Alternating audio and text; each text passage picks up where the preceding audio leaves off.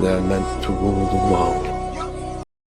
Sure, we have lots of reports about what we call unidentified aerial phenomenon, and this actually is a program that's been in place for a few years in terms of a task force that has been there under the National Defense Authorization Act. But as you correctly point out, Maria, there's now a report that will be issued by the Pentagon, by the Secretary of Defense and the Director of National Intelligence. I actually wanted to get this information out and declassified before I left office, but we weren't able to get it down into an unclassified format that we could talk about quickly enough. But frankly, there are a lot more sightings than have been made public. Some of those have been declassified. When we talk about sightings, we're talking about objects that have been seen by Navy or Air Force pilots or have been picked up by satellite imagery that frankly engage in actions that are difficult to explain, that movements that are hard to replicate, that we don't have the technology for, or traveling at speeds that exceed the sound barrier without a sonic boom. So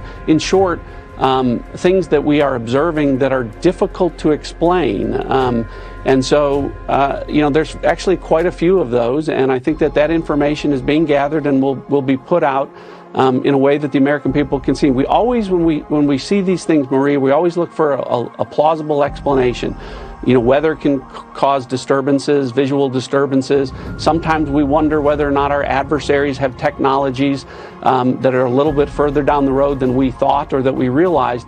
But there are instances where we don't have good explanations for some of the things that we've seen. And, when that information becomes declassified, I'll be able to talk a little bit more about that. Can you tell us where it was seen? Actually, all over the world. There have been sightings all over the world. And when we talk about sightings, the other thing I will tell you is it's not just a pilot or just a satellite or some intelligence collection. Usually we have multiple sensors that are picking up these things. And there's actually quite a few more than have been made public. So